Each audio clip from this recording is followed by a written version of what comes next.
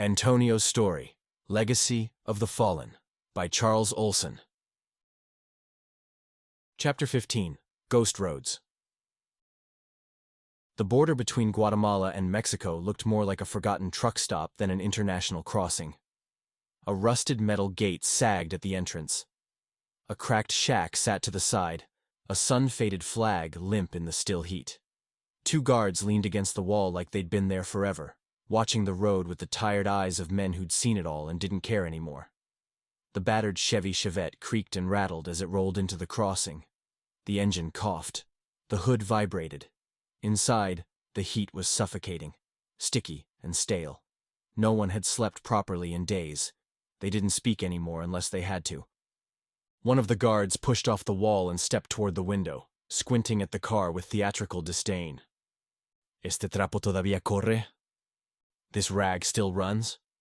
Antonio, drenched in sweat, didn't blink. "Just barely." He handed over 3 passports, each folded around a $20 bill. The guard smirked, took them, and chuckled. He nudged his partner. "Let 'em through. They've suffered enough." They waved the car forward, still laughing as the Chevette limped over the border into Chiapas. The rural roads twisted like snakes through the southern jungle, climbing into the foothills near Tuxtla Gutierrez. It was late afternoon, and the heat was thick, hanging in the air like a threat. The Chevette rumbled around a blind corner, then screeched to a halt. A matte black pickup blocked the road. Men in camo pants and dusty boots stood with rifles slung across their chests. A mounted M60 machine gun loomed on the back of the truck, manned and ready. A checkpoint cartel. Zapatistas. The Chevette rolled forward slowly, gravel crunching beneath bald tires. Antonio kept both hands visible on the wheel, his body rigid with tension. Every breath felt louder than it should. A guard approached. Mid-30s, sharp eyes, easy stride. His rifle rested across his back. He walked up to the driver's side and leaned down to the open window. "What is this?" he said in Spanish. 3 ghosts in a tin can? He scanned the inside of the car. Saw Antonio, then Mono. Both sunburned. Both silent.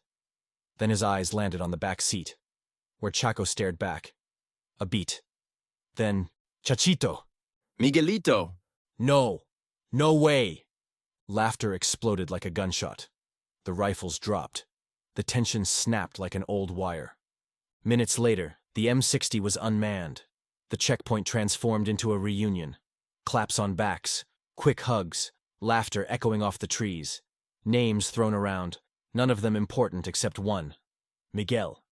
He and Chaco spoke in fast, overlapping Spanish. Memories rolled out between them like an old rug. Slingshot fights, muddy soccer games, dirt roads, a mangy dog named Tito. For a moment, they were kids again. But then Miguel's tone changed. A quiet shift. "Your old man's still up there, you know. In Bochil, up in the hills, keeps to himself now." Chaco froze. His smile faded. Emotion crept into his eyes. Confusion, longing, fear. "I thought he was dead," he whispered. Number just quiet. Real quiet. Off to the side, Antonio and Mono leaned against the Chevette, watching from a distance. Mono squinted. "His dad?" Antonio nodded. He hasn't seen him since they left for Panama. 10 years, maybe more. They stood in silence a moment. Then Antonio pushed off the car and walked toward Chaco. A quiet conversation beneath the trees. Antonio pulled Chaco aside. The noise faded behind them. "You gonna go?" he asked. Chaco hesitated. "My mom moved us to get away from him. Said he was too dangerous, but I miss him, man. I do. I just never thought I'd have the choice." Antonio laid a hand on his shoulder. Firm grounding. "Then you go." Chaco looked conflicted. "I don't want to pull us off course." Antonio shook his head. "We ride together. Your blood's our blood now." A pause. "You only get one father, Chaco." It hit harder than Chaco expected. He nodded. Quiet, resolute. Miguel scribbled directions on a piece of paper, then added a hand-drawn cartel pass. a crude sketch with a stamp and signature. He handed it over. "Tell him Miguel says hi," he said with a grin. "And that Tito's still ugly." The checkpoint erupted in laughter again. The guards stepped aside. The road opened once more. The Chevette crept forward, then picked up speed, climbing north through jungle roads and into the highlands of Chiapas. The higher they climbed, the cooler the air grew. Mist hung low between the hills. Chaco rolled the window down and breathed it in like something half-remembered from a dream. Hours later, the outlines of Bochil emerged through the trees. Now they headed northwest, toward the highlands of Bochil, toward blood and history. The mountain home. The road into Bochil was narrow and winding, edged with thick vegetation and lined with rusted fencing. The town emerged slowly. Low-slung buildings painted in faded pastels, sun-bleached signs, and a scent of damp earth and wood smoke in the air. It was a modest place in the Chiapas highlands, surrounded by rolling hills and rainforest greenery. Time didn't move fast here.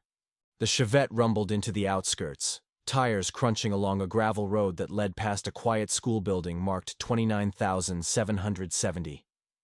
Just beyond it, tucked against a tree-covered ridge, stood a small white farmhouse with a slumped red roof and a garden overtaken by weeds. "This it?"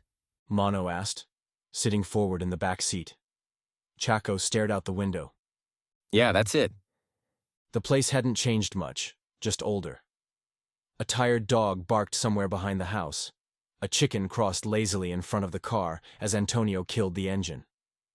A man stepped out onto the porch, skinny, leathery, his face cracked from years in the sun. He held a faded cowboy hat in one hand and squinted toward the car. "Ricardo." Chaco said under his breath. They climbed out. For a moment, no one moved. Then Ricardo came down the steps slowly. 10 years. He said, voice hoarse. You're taller now. You look like your mother. Chaco stood still, his jaw clenched. Then, without a word, he stepped forward into his father's open arms. They sat on the porch as afternoon shadows crept across the hills. The land behind them stretched into a patchwork of corn rows, banana trees, and rusted wire fencing. The mountains of Chiapas loomed behind it all, green and endless. I didn't treat her right. Ricardo said, staring at the dirt. Your mama. She cheated, but I made it worse. Drank too much. Got mean. I was a bad man, mijo. I was a coward. Chaco didn't reply. I don't expect forgiveness. I just needed to say it. You hurt me too. Chaco said finally. More than you know. I know. I see it every time I look at you. The silence between them said more than any apology. I got cancer. Ricardo said after a while. Pancreatic. Doctors say it's got me beat. Chaco's face went blank. There's nothing left here except this land and the tools I still got. It's yours now, all of it, if you want it. I'm not asking you to stay, just offering something I never could before. Chaco stood up and looked around at the worked piece of land and run-down buildings. I need time to think. Chaco said softly. They stayed for several days. Antonio and Mono helped patch up the leaking roof. Hammers echoed through the valley, the rhythm broken by bursts of laughter and the hiss of cold beer bottles cracking open. The neighbors dropped by with tamales, pozole, and stories. No one asked questions. They were just happy to see Chaco home. Ricardo pulled out an old guitar at night, his voice frail but steady as he sang songs in Spanish by firelight. The flames danced across their faces, casting long shadows on the porch wall.